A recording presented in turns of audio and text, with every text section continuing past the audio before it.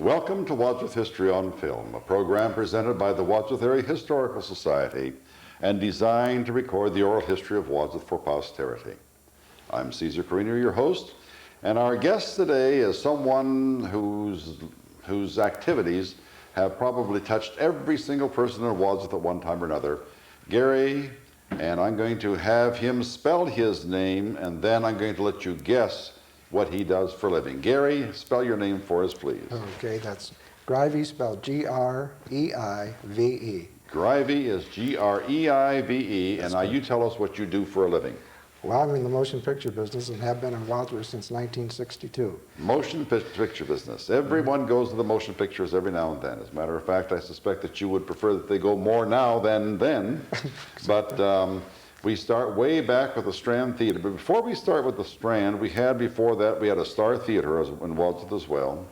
And then we had an opera house before that, and we're going to be talking about that. But we'd like to hear a little bit about who this person is who affects our life so much, but yet we really haven't met you on a personal basis because we think that movie theaters are just places where plastic film rolls and that's it. They don't understand that there's an intricacy and there's a profession involved here. So tell us who Gary Greive is. Okay, well, I was born in Cleveland and moved to Westlake, which is a far western suburb, when I was in the 4th grade.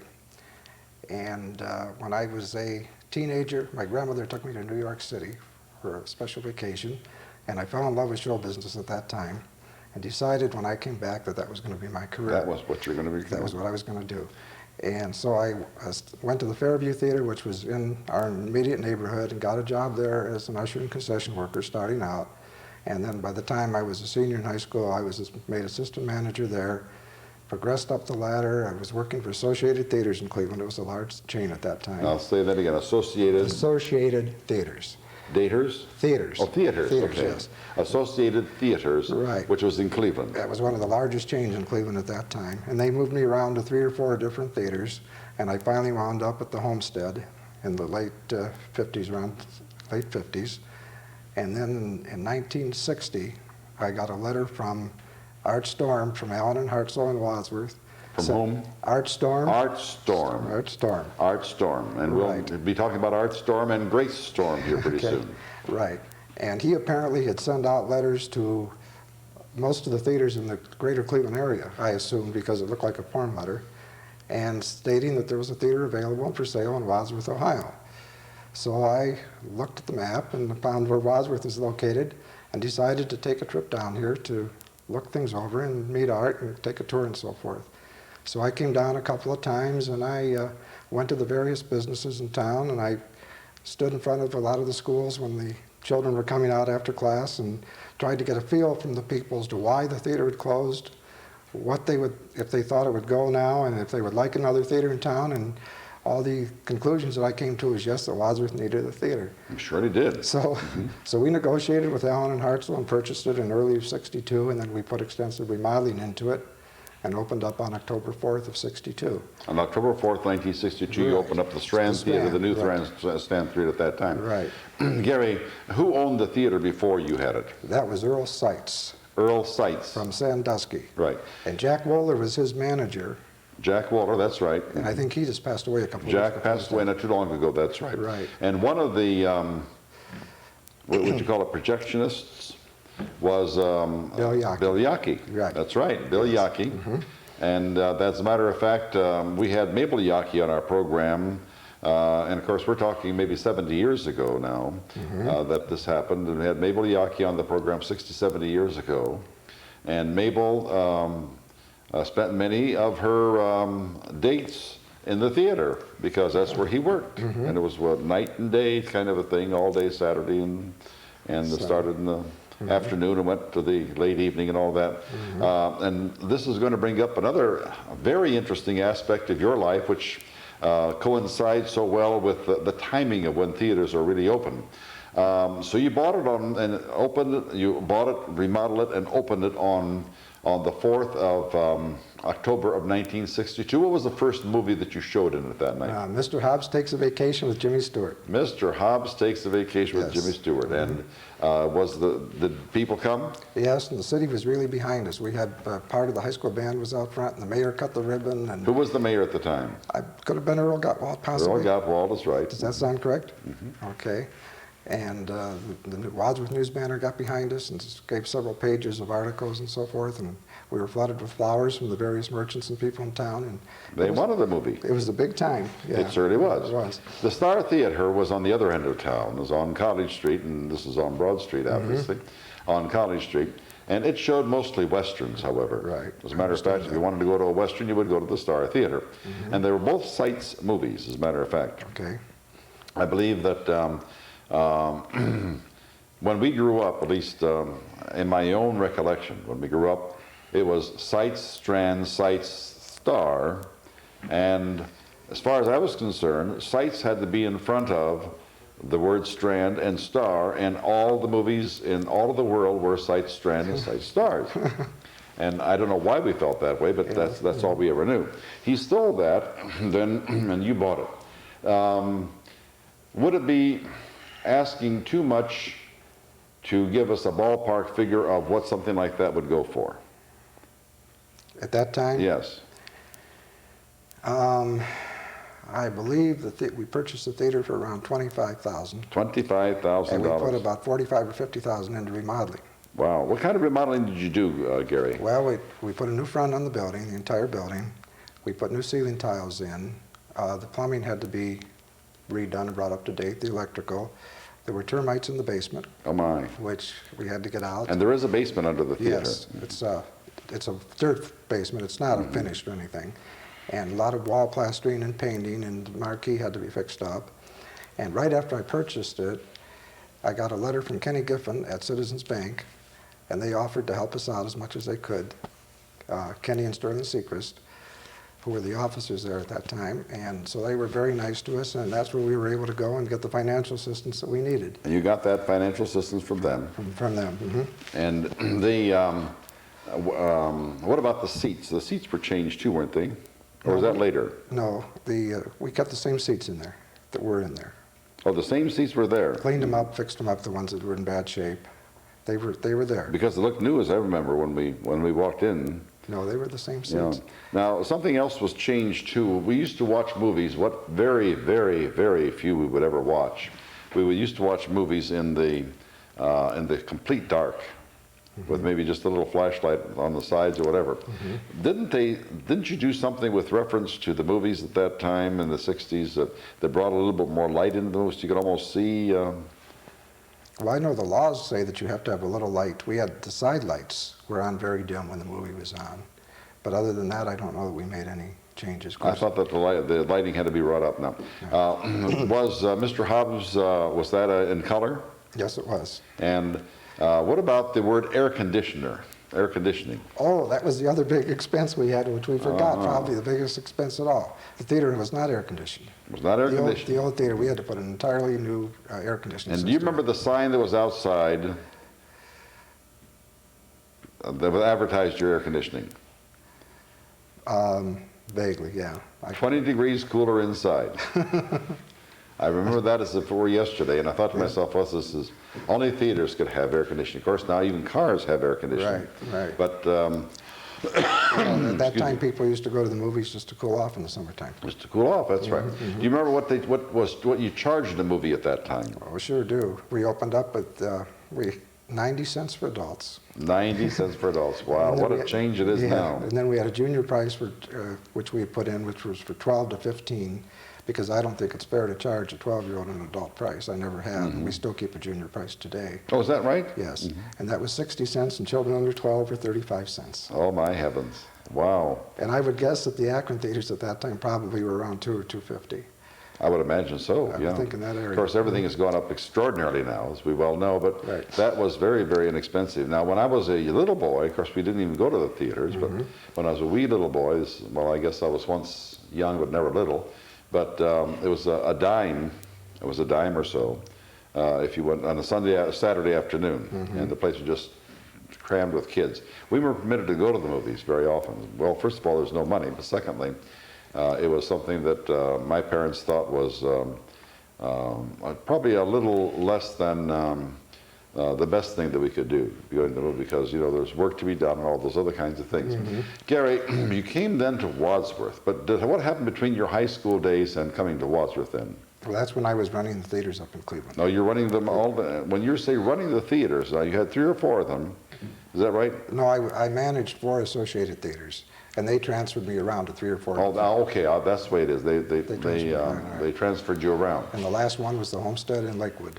What? And we'll probably get into this, but a little later on. But now is the teachable moment. What is involved in running a theater?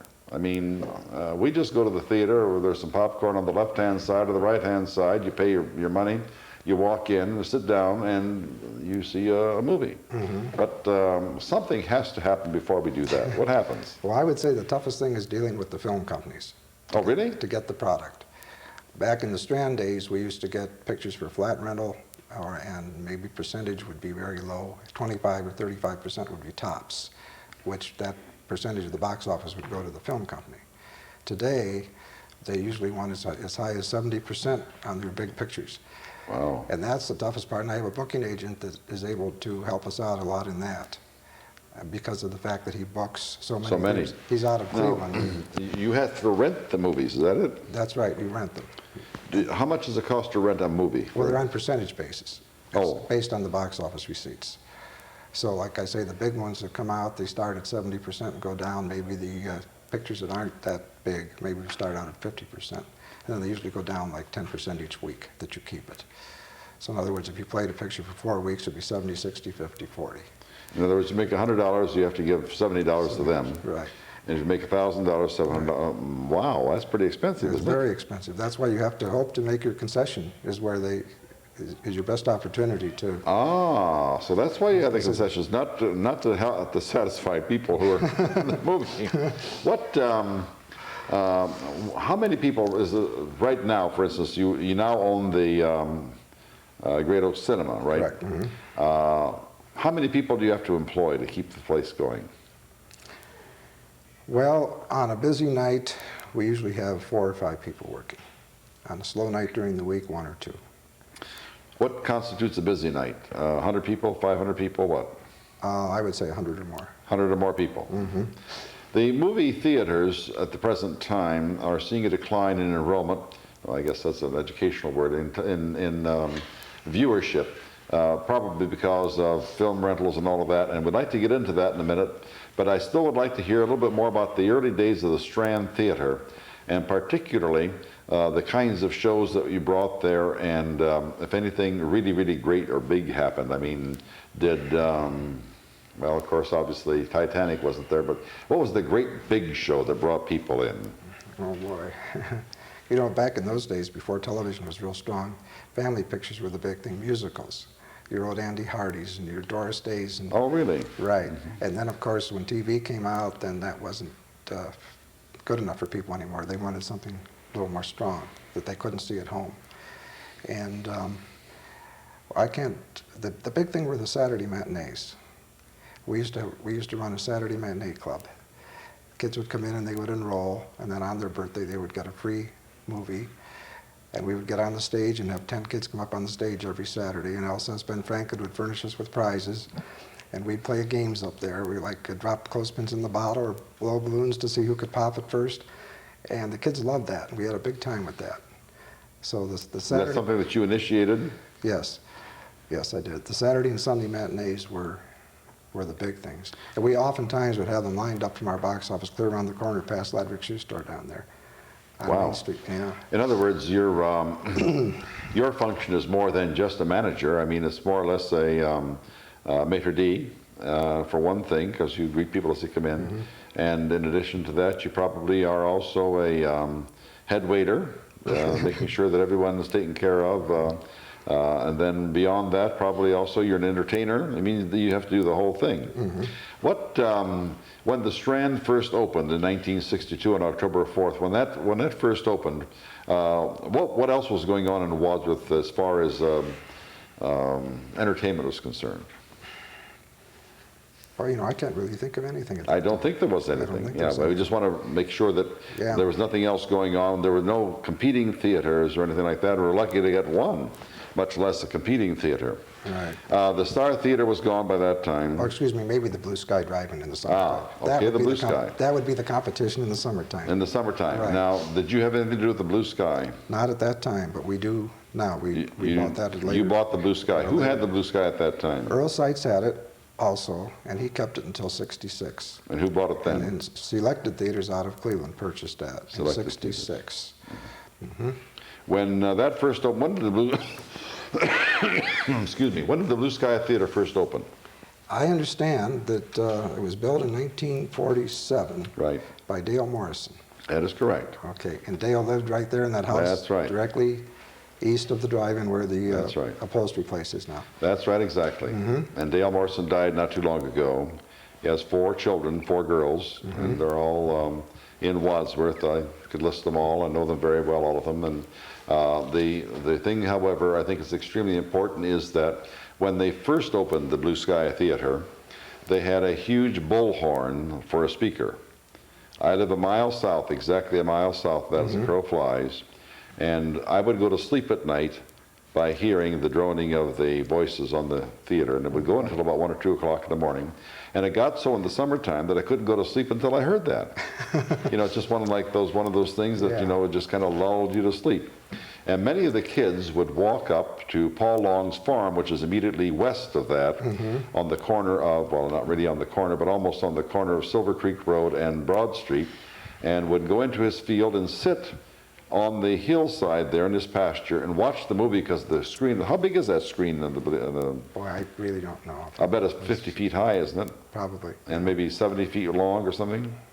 It could be. It's pretty big, pretty big. Yeah. And they could see the film perfectly well, and with that big bullhorn, they could hear it all.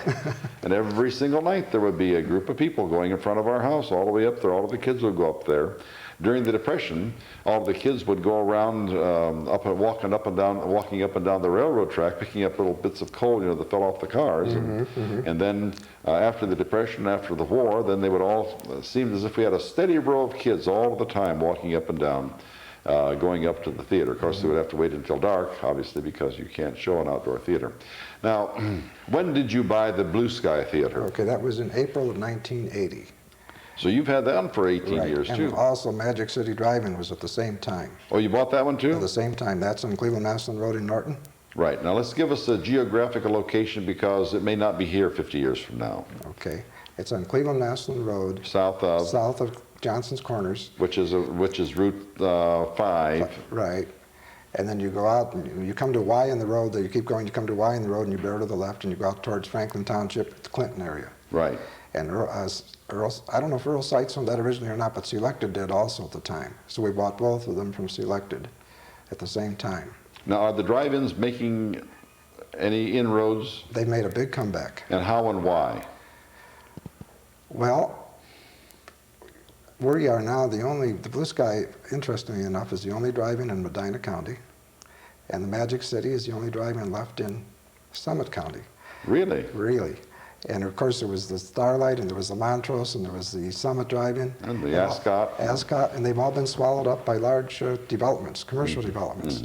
So I think the reason that we're benefiting now, of course, is because we're the only ones left. The only ones left. What do we still have carloads of people coming in?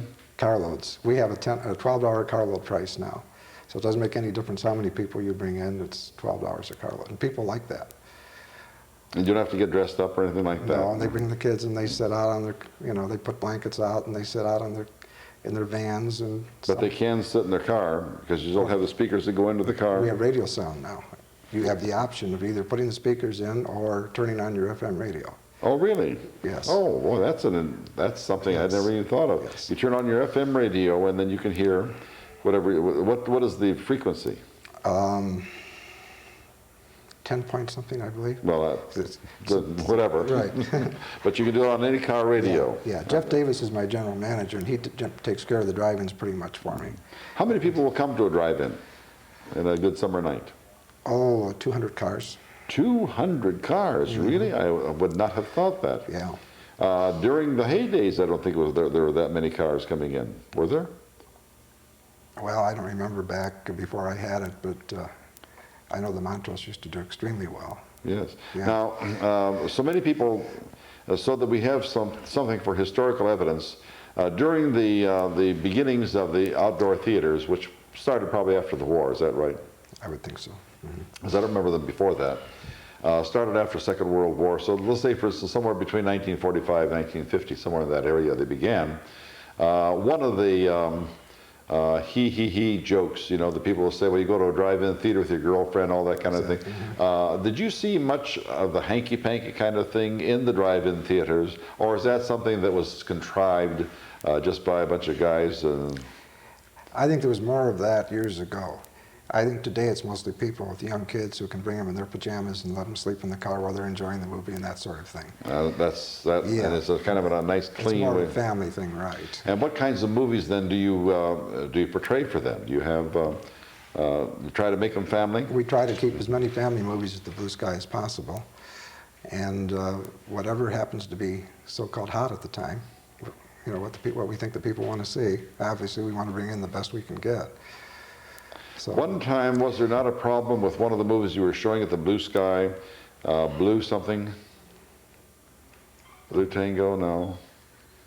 Blue Do you remember, were you here in the 60s? Yeah, you were here in the 60s. But we didn't have the drive-in until the 80s. Okay, you didn't have the drive-in until the 80s, so you would not have known. But there was a theater out there. There was a film that was being shown, and something like Old Calcutta or something like that. And the Ministerial Association of Wadsworth and others got together and tried to keep it down.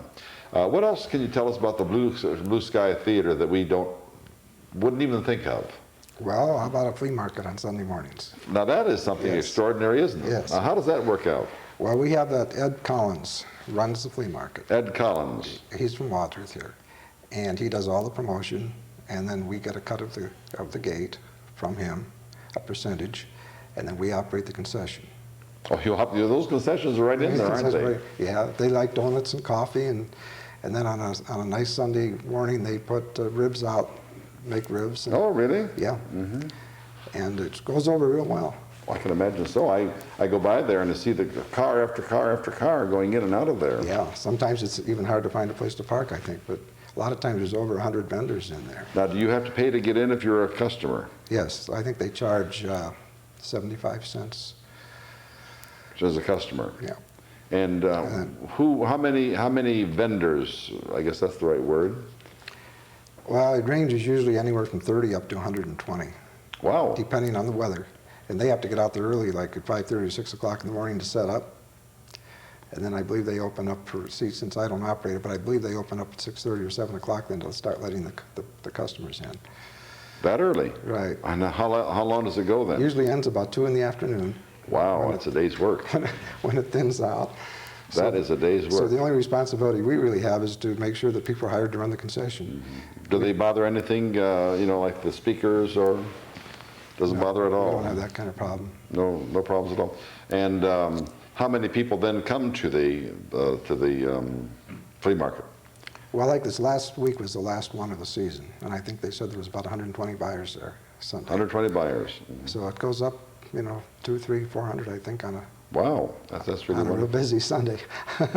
What about the projectionists and things of this nature? Now, I picture a projectionist as the guy who was up in this little box in the back of the theater, and he runs the machine. And what has changed in projection equipment recently? Well, the big change has gone from the small reels to 20-minute reels to platters, and they just look like a big dish, like a big meat platter, round, and they hold the entire film now. Well, I mean, is it plastic or? Yeah, but in other words, instead of having the 20-minute reels, which they always had, you can now put a full 2-hour movie on one platter. Is the platter yeah, and then is the tape on it, or the film goes on the platter, and then the projection just doesn't have to change to reel every 20 minutes like you used to have to do. How do they do that? I remember sometimes it would be a big flash or something like that. Okay, what they have to do is they put a little white dot. It's secondized by so many seconds. A little white dot in the upper right-hand corner of the screen, and if you're aware of it and you're looking for it, you can see it. And then as soon as the first white dot would hit, they would start the second machine, And then when the second white dot would hit, it'd shut off the first machine. So that's how the projections knew when to change over, when to start the second machine up and stop the first one. And the second film was actually a continuation of the first film, dubbed in perfectly? Dubbed in perfectly. And what if the projectionist happened to blink when he that blot's up there? Then we'd probably miss a few seconds. We'd miss a few seconds. Yeah, yeah. And that did happen too, didn't it? Oh, sure. I can remember some kind of a, well, this was many years ago, a little bit of flash every now and then, and we would say that that's when the projectionist did. But there were some very good projectionists who had that thing down perfectly. Now, the projectionist now just slips this big, what do you call it, a plate? A platter. Platter into the machine, turns it on, and then 2 hours and 20 minutes later or whatever, he comes back and turns it off. That's basically it now. That's it. It's almost all, it's all automation now. In fact, there are some theaters that can just push a button and downstairs in the office and it starts it right up. Now, what does this do then in terms of the profession of projectionist, which was a profession at one time, wasn't it? Exactly. It's really cut back on it. Theaters used to have to use 2 projectionists at one time. A lot of the bigger theaters, now it's gone to 1. And some of the theaters are now going to manager projectionist, where they have one man do both jobs. And so the manager goes up in advance, you know, before anybody comes in, gets the reels ready to go, the platter. Then he goes downstairs and he does his work downstairs, selling tickets, whatever he does, greeting the people. And then when it's time for the show to start, he just pushes that button upstairs and it runs. Wow. And Really saves manpower. what do you have now at Great Oaks Cinema? I have managers and a projectionist, full-time. You do have a projectionist. So that projectionist does handle that. And you take care of the whole thing then with... Now, what is required to be a projectionist? I mean, can you just hire someone off the street now? Well, a lot of the projectionists in Akron are still out of a union. Ah. Which ours is also. And it's up to the union to furnish you a man, and they are supposed to bring the guys in and teach them, give them an education, so to speak. I see. But a lot of the time, they come in and they're not well taught, as they should be. I think that sometimes they get thrown into it before they really have the experience and should be. But on the other hand, there are good ones too. Right. How many years did you stay at the Strand? We were there until 1977. So you were there from 1954. 62. 62. To 77. To 77. We closed the Strand on June 14th, and we opened Great Oaks Cinema on June 15th. Right. So in 1977, the Strand closed. Right. As we speak now, they are refacing the Strand Theater. And is that going to be a theater again or not?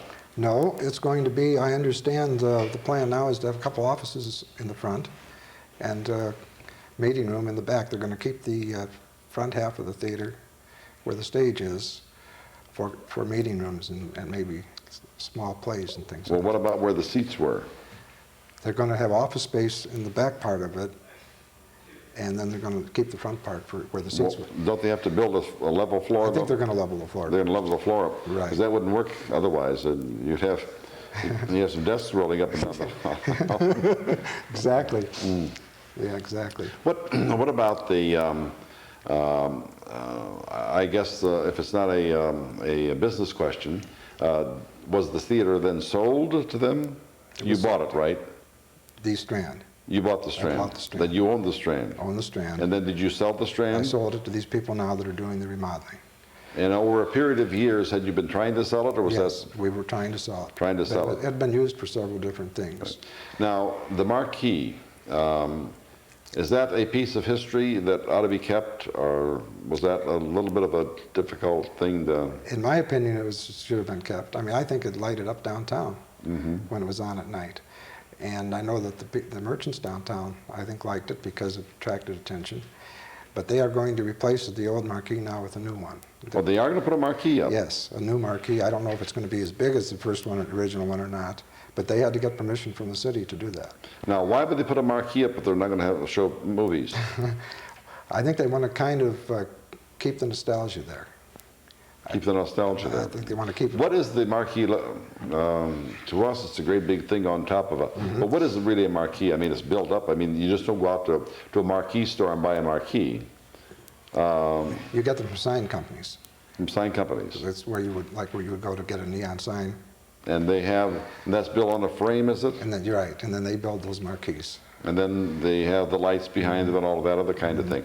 Now, what happened to that? What's going to happen to the marquee that was there? It's gone. They threw it away? It's already gone. The company came and took it down and hauled it away. Oh my! And that would have been a wonderful thing for Wadsworth Historical Society to have. I think so too. But so many things happen that way. We look at things today and say that's junk, and then 20 years or 150 years from now, we're getting thousands of dollars for it. I can remember during the war years that we would go to the dime store, and if we had a couple pennies, and if we were of the age group, we would buy these little, not plastic, little metal cars. I can't think of the term that I want for metal. It's very inexpensive. Tin? No. Well, the tin ones too. They would cost maybe 25 cents to 29 cents or something like that. We had a program at the Historical Society of the night where they brought some of these things in, and some of them were $12,000 to $13,000 if they were in the proper condition and so forth. Wow. The toys that we used to throw away. And I'm thinking to myself, that marquee today, somebody probably thinks, well, let's just scrap this. But 50 years from now, maybe that would be worth a tremendous amount of money. Sure. I never forget the time when in Wadsworth in 1947, there was a street excavation up by what is now the where City Hall is right now. But it was the intersection of Maple Street and High Street. And right there was the big W Market owned by the Connect family, George Connect. And there was a water break or something like that, and they had a shovel that is a power shovel. I believe perhaps a backhoe, I'm not positive. But they dug up a piece of wooden pipe that was used to carry water from the northeast end of town right to the town, and just humbled it up but that would have been worth so much now to have that.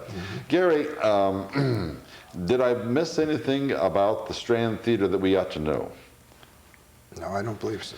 And what about the Blue Sky that we ought to know? I think we've covered that pretty Okay, well. now then, how about taking us up for a ride to the Great Oaks Cinema and tell us why and how you decided to go there, what the problems were, and if it's not too personal, the difference in the $25,000 layout down at the Strand Theater as compared to maybe $26,000 or $27,000 up at the Well, the north end, of course, started to develop. And I felt that the Strand was continuing, needless to say, to age. I think it was built in 1909, I believe. I think that's right. Yeah, and I felt that Wadsworth was ready and deserving of having something more modern and up-to-date. And that seemed to be the place to go. So we contacted the developer up there of the shopping center. At that time, the Fisher's Big Wheel and the Buellers were about the only ones there, I think, and the bowling alley had just opened across the You street. remember who the developer was at that time? Rottmeyer. Rottmeyer. Ed Rottmeyer and Tony Calabrese. Tony Calabrese and Ed Rottmeyer. Right. Now, which Tony Calabrese is this? He's out of Cleveland. His offices are in Cleveland. Right, and what was his profession, do you remember? Attorney, I believe. He's an attorney. I think so. And he ran for governor at one time. Is that the same one? Yes. There are two Calabrese families, both have a Tony in them. And one ran for governor and one was the attorney general. And I don't know which one was this, but I know that they were involved. And then Ed Rottmeyer was the developer. Right. And he lived up there in Granger Right. Township. So we sat down and got my attorney and met with them, and finally we got a lease worked out. Who was your attorney at the time? Do you remember that? Yes, Andy Duff. Andy Duff. Out of Akron. Out of Akron, Portage Lakes, son of Wayne and Ann Duff. And he presently works for Amer, Cunningham, and Brennan. Amer, Cunningham, and Brennan. Right. And that's right. And he was also an assistant county prosecutor. And I think my brother, who is also an attorney in Akron, led me to him, recommended him to me. And so they got together with all of them and worked out a lease, and then we had an architect. We basically told him, laid out the theater ourselves pretty much, but the way we wanted it designed, and then the architect did the plans, and then they broke down and we were on our way. When we go into a theater, we always see the same general configuration. What did you do in yours which was different? Well, I like the idea of the box office being off to the side and connected right into the office. Most theaters have the box office out in front, which is separate. You have to carry the money from the box office into the office. Which is dangerous. Right, very dangerous. And this way we go right directly from the door to the box office, leads right into the office. We didn't waste a lot of space in the lobby area. When you're paying so much a square foot to build, you want to make it as economical as possible. Now, did you buy the building or are you leasing it? We're leasing the You're building. leasing the building. Right. And you have a long-term lease, obviously. Yes. Okay. And what about the seating capacity, and what about the difference in the seats and the I guess, for want of a better word, the laws and regulations which caused you to make some serious adjustments in seats and egress and ingress? Well, for comfort reasons, we spread the seats out a lot further. The span, they were very close, of course. And the seats would automatically spring back up. We have 294 seats in each auditorium. A lot of the multiple theaters today, their auditoriums are almost like bandboxes. And some of the screens... Very small. Yes, and some of the screens don't appear to be any bigger than almost a home television. Now, so I wanted a good-sized screen. We have 28-foot screens in there. Now, when you say in each one of the auditoriums, right. That's also something new in theaters, is it not? The duplicate? Yes. Well, when we put it in, two theaters were just up and coming and were the thing, and now today they're building theaters with 14 to 20 screens. Like, for example, over in the Montrose area now, you've got big multiplexes, and it's tough to compete with those. You know, that way they can get a lock on it, and they can get all the movies that are out there instead of just a couple. Our problem is that we have to try and select the two that we feel are going to do the best business for us. How do you select a movie? You do it by somebody else's appraisal and evaluation? Do you have a feel for it? Well, there's a lot of things that go into it. Mainly the booking agent's opinion. There are screenings available, which we are notified that they screen them in Cleveland usually anywhere from 2 weeks to 2 to 6 weeks in advance, which we can go up and view them up there in advance. And the rest of it is based on what we read about them, what our feel is for Wadsworth. I mean, there are certain pictures that will do extremely well in big cities and very poor in small towns. And then, example. And then there are other pictures that will do well in the Walt Disney pictures, for example. They do well in small pictures. They do extremely well in small towns. The arty type films, the foreign films, your French films and things of that sort wouldn't do anything. They would not do well here in Wadsworth, wouldn't do well right? in Wadsworth at all. Now, you say that you go to view these films. You mean you actually go to a movie when you have something else? When you have nothing else to do, you go to a movie? If I want to see a picture, if I'm debating whether I should take picture A or picture B, for example, the Christmas season is the big season coming up, then I'll go up to see the picture A and picture B, and then I'll sit down and meet with my booking agent. Between us, we'll decide which one. Did you have to pay to get in? No. It's all. The exhibitors are free. The exhibitors are free. Yeah. Talking about that, Gary, I'm sure that as a result of you working almost every single solitary night, because that's when theaters are usually open. They are sometimes in the afternoon, but usually every single solitary night, that you have to have some kind of an outlet during the day. What is that outlet? I'm sure you don't go to movies. No. Well, I think the other big thing that, my other big pastime is baseball. Baseball? Baseball. Wow, now that's something. Movies and baseball. Right. Well, I guess that fits in pretty well. I think I was born into a baseball family. How's that? Especially on my dad's side. I remember the day that my grandfather passed away, and one of the last questions that he asked on his deathbed was how the Cleveland Indians had done that day. No kidding. Yes.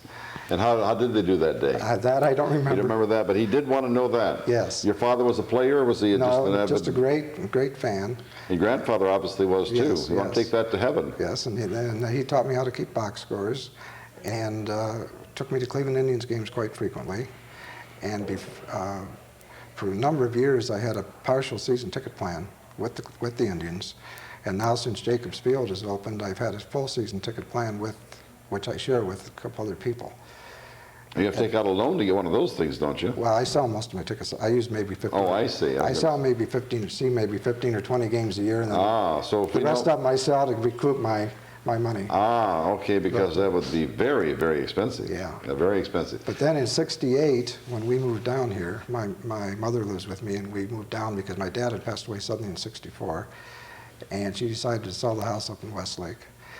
We moved down here, and at the same time, my brother and his wife moved into Wadsworth. And that's one who's an attorney. Right, he's an attorney. What is his first name? Ed Greive. Ed Greive, and where is he? He's a patent attorney. He lives on Red Rock, and his firm is Renner, Kenner, Greive, Bolbeck, Taylor, and Weber.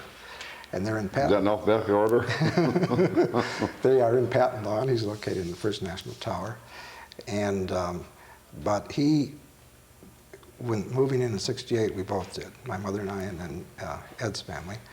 And in '69, he took over the Senior League Cubs, which was a 13 to 15-year-old team. Brother Ed did. Brother Ed. And this means that you probably got yourself involved there too. Because right. Brother Ed is older than you, right? No, he's younger. No, he's younger? He's younger. Oh, I thought maybe Brother Ed was older and he's going to tell you what to do, young brother. So anyway, he asked me to help him. Mm-hmm. So he managed the team for about 3 or 4 years, and I helped him. And at this time, Little League was really just getting a good start, and this was a senior league, which we called it 13 to 15-year-olds. And then after he dropped out of coaching, then I took the team over, and Ed became senior league commissioner In Wadsworth? in Wadsworth, and did that for 4 or 5 years, and then he became president of Little League.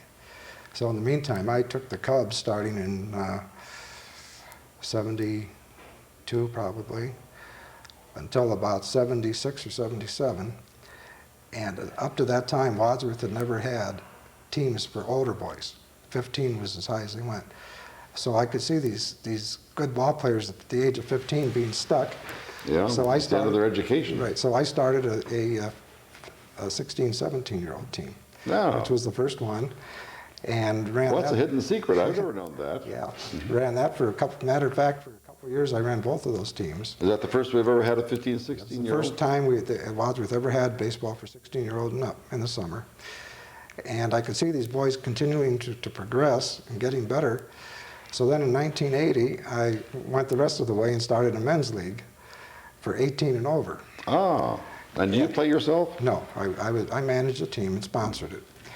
And I think the thing that I'm most proud of is that in 1983, we were in a league of about 12 teams. We called it a AAA league, and teams from Summit, Portage, Medina, Stark, and Wayne counties are in the league. And we won the state championship in 1983. Wow. And it was the first team in Wadsworth history that had won a state championship, and that included summer leagues and high school teams or anything else. So we got a commendation from the city. They gave So our movie man is actually a baseball and up to the guru. present day, I've done that. I'm still. And you still do it? Still doing that. Wow. So that keeps me busy in the summertime. Who are some of your star players, and did any of them move on forward? Well, I've got a list of names here. I thought Let's have them. some of these you're going to recognize. Okay, read them. But anyway, in '83, after we won the city championship, we got a resolution which was passed by City Council, and that was sponsored by Walt Wenshaw. Walt Wenshaw, right. And it was signed by Linda Gehring, who was the clerk of council. Yes. Loa Gerbrick, who was the president of council. President of council. And Tom Cox was the mayor. Mayor. And they all signed that proclamation. And but anyway, the players that year were Mark Ely. Mark Ely. Right. Now, Rick Fletcher. Now, you'll know Rick. Yes, yes. His brother is Scott, who is a Yes, professional right. player. Shirley, right. Doug Joachim. Doug Joachim, yep. Yeah. Greg Wilmoth. Greg Wilmoth. Yeah. And he also worked for me for a number of years, too. Jeff Davis. That's a different Jeff Davis who works for me. Okay. Bill Goddard, who is now Bill Goddard. who is now the teacher here and a Yes. baseball coach. Yes. He was a great ball player for us in those years. Joe Dickinson. Yes, He's Joe. an attorney. Oh, very well. Bill Gerhardt. Bill Gerhardt, And yes. he was drafted by the Houston Astros after he got out of college. Wow. Yeah, and I think he was overworked by the coach and he hurt his arm.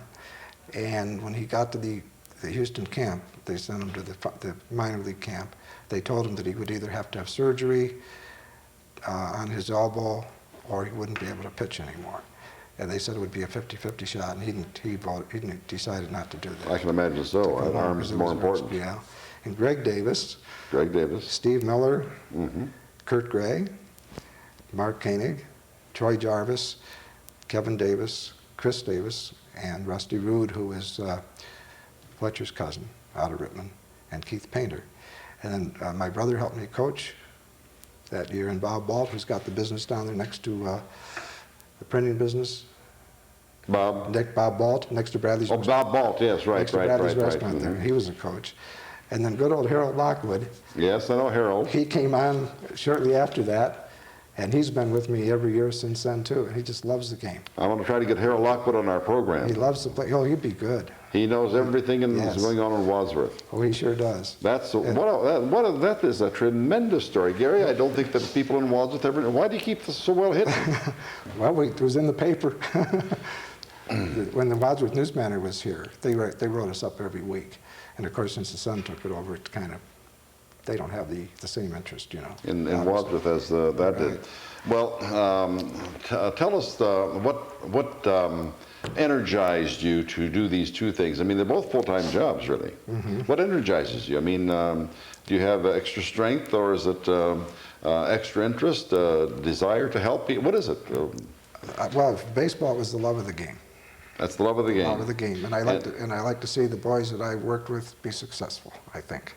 And it was just so much fun to see them be successful. And we went on to win the state then 4 years in a row, 83, 84, 85, and 86. Yeah. And we're the only team in the league that's ever won it 4 years straight. Isn't that something? So I think that's Wadsworth history in itself right there. Yeah, well, it surely is, Yeah, yes. And this is a portion that no one has ever even talked about before. Yeah. And here, Gary Greive is the man who is behind all of this. What energizes you to open a business that is open, or that to run a business is open 7 days a week? Well, people want to be entertained 7 days a week. You want to be there for them when they want to be entertained. Now, is there a shall we say, a vocation for this, or is it? It surely can't be money, because you can't make that kind of money. Exactly. It's the love of the business. I've always said, and people that get into it agree with me, that once it gets into your blood, it's there. You don't go into it for the love of the money, you go into it for the love of the business. And it's the idea that I've always looked forward to going to work.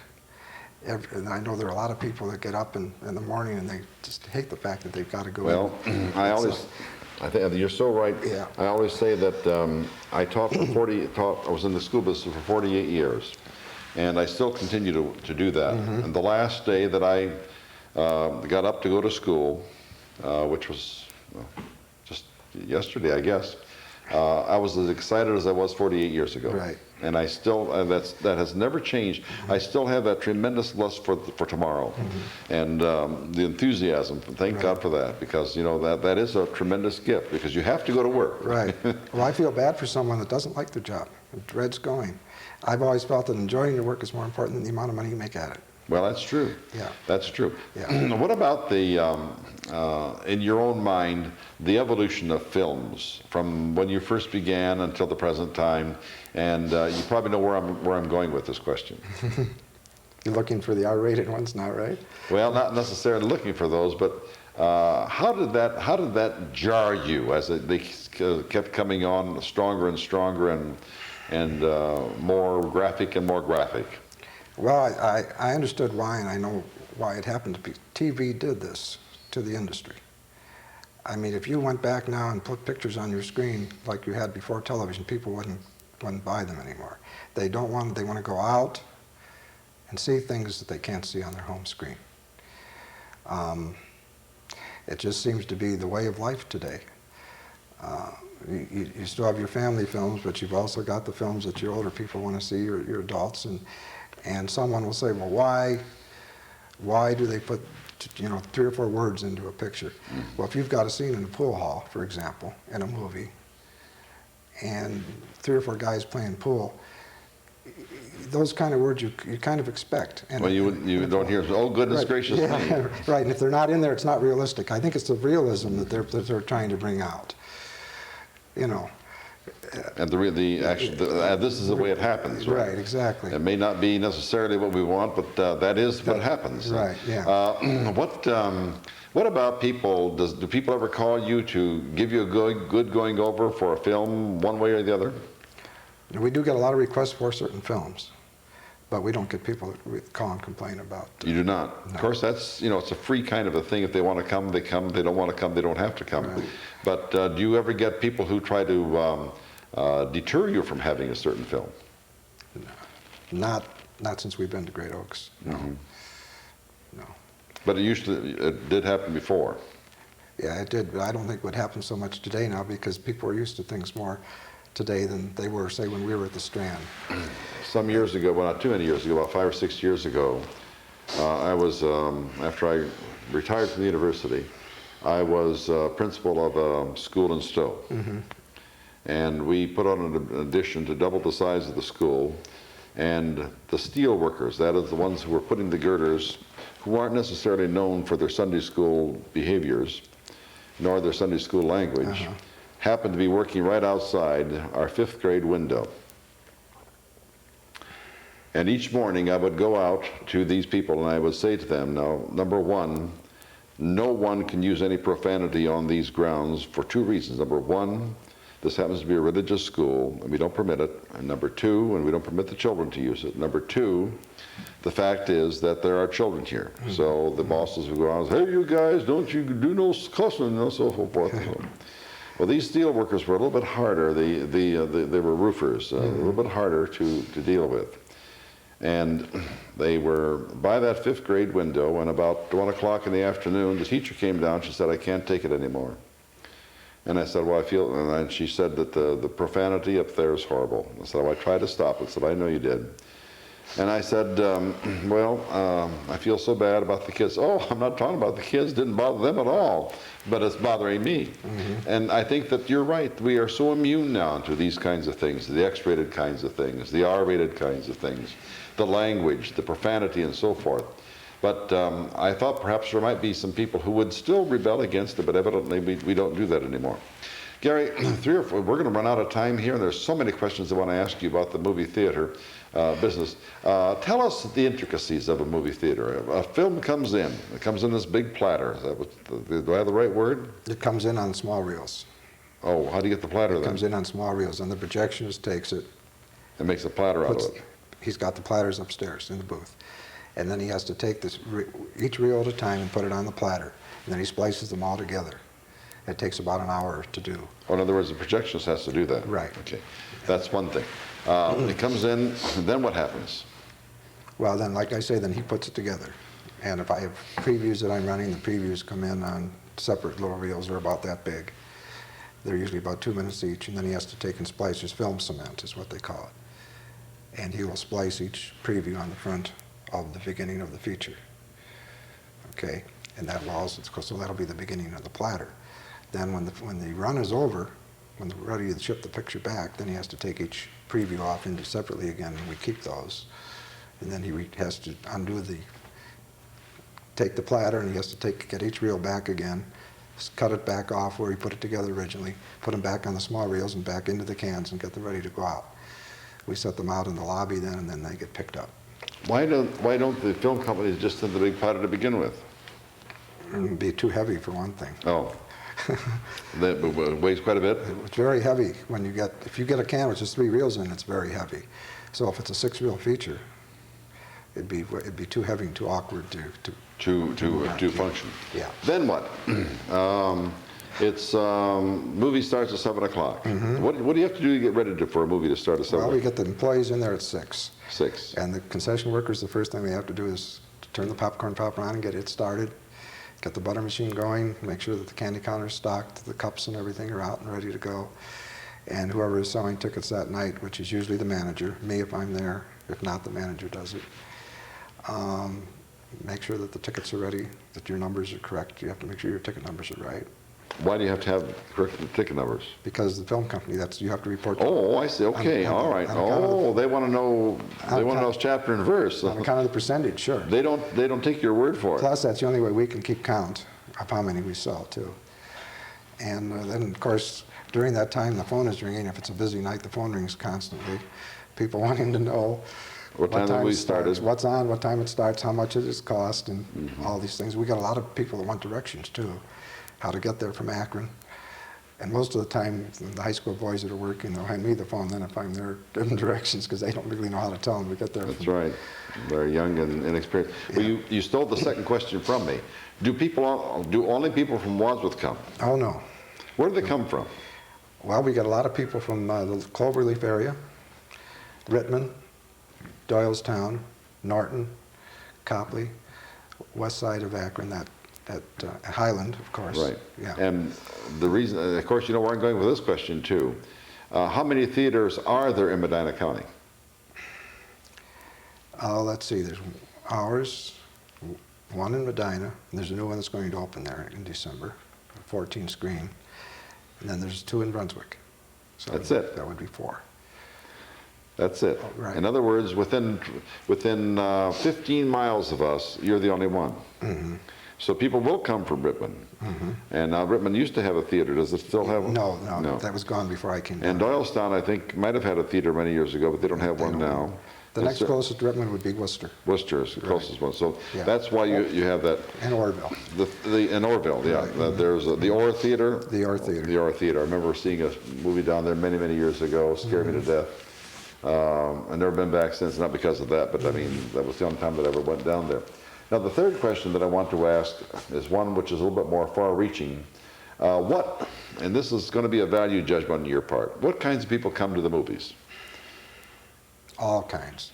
All kinds. We get a lot of families. We get a lot of couples dating. We get older couples, parents come with the kids, a lot of that. And we got a lot of senior citizens. A lot of senior citizens. A lot of senior citizens. And do you have a special rate for senior citizens? We do have a special rate. Mm-hmm. Mm-hmm. The next question is going to be almost as far-reaching because it means that you would have to be somewhat of a sleuth. Has anything really happened in the theater that has caused you a lot of dismay? I'll give you a couple examples. Has anyone been able to sneak in? Has anyone, once he's sneaked in, stayed all night long, or anything like that? You know what I'm saying? Yeah. Has anything like that ever happened? Or does that happen only in the movies? No, the teenagers try it, especially on Friday nights. How do they try it? I shouldn't maybe give the secret away, but the kid will go over to the exit door, and he'll open the exit door and let one of his friends sneak in or something like that. We now have an alarm on there. I was going to say, you had probably figured that one out in a hurry. Yeah. Mm-hmm. The other thing I should have mentioned that I forgot when you asked me about the new innovations, we just in the last few months put in stereo surround sound now in our auditoriums. And that's just new, so that the sound comes from all around you and in the back. Sometimes it's called DTS or Dolby stereo. How does that affect your viewers? Do they like it? Yeah, it puts them more in the center of the action. Mm-hmm. So if there's a big crash of some kind, you know, you're hearing the crash all around, and it make it more realistic, like if you were really there and at the crash site. Wow. Yeah. I don't go to the movies very often. As a matter of fact, I don't do anything very often as far as entertainment is concerned, but I guess I need to come to hear that. The last question that I want to ask before, and we're going to come to the end of our program, the last question, what are the provisions for the future? I mean, if it's not a trade secret, what's going to happen to movies in the future, and what are we going to do in Wadsworth in terms of movies for the future?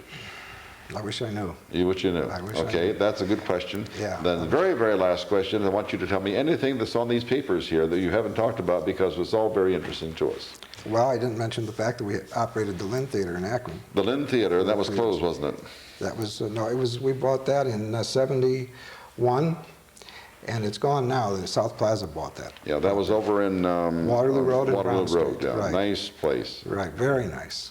But Very it nice. was a big 1,000-seat theater, and when the multiplexes Yeah. started to come in, Akron Square built up the road, and it wasn't practical anymore. And so that was our opportunity to sell it, because the shopping center really wanted it. Mm-hmm.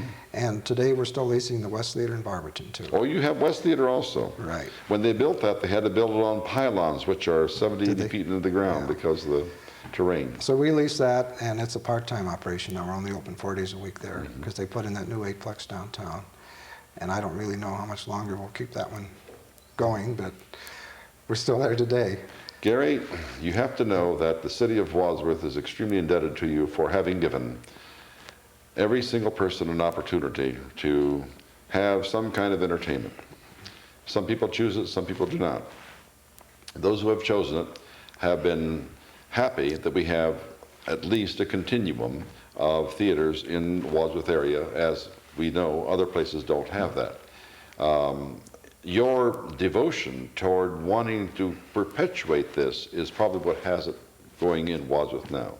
And we are grateful for that, and thank you very much for that. And thank you also for being our guest today, because you are the only person in Wadsworth who knows anything about our theaters. As much, I should say, the only person who knows as much about theaters in Wadsworth as anyone could possibly, because you are right here, right now. And 50 years from now, we want to know who Gary Greive was and what he did. Thank you very much. Well, thank you very much. My pleasure.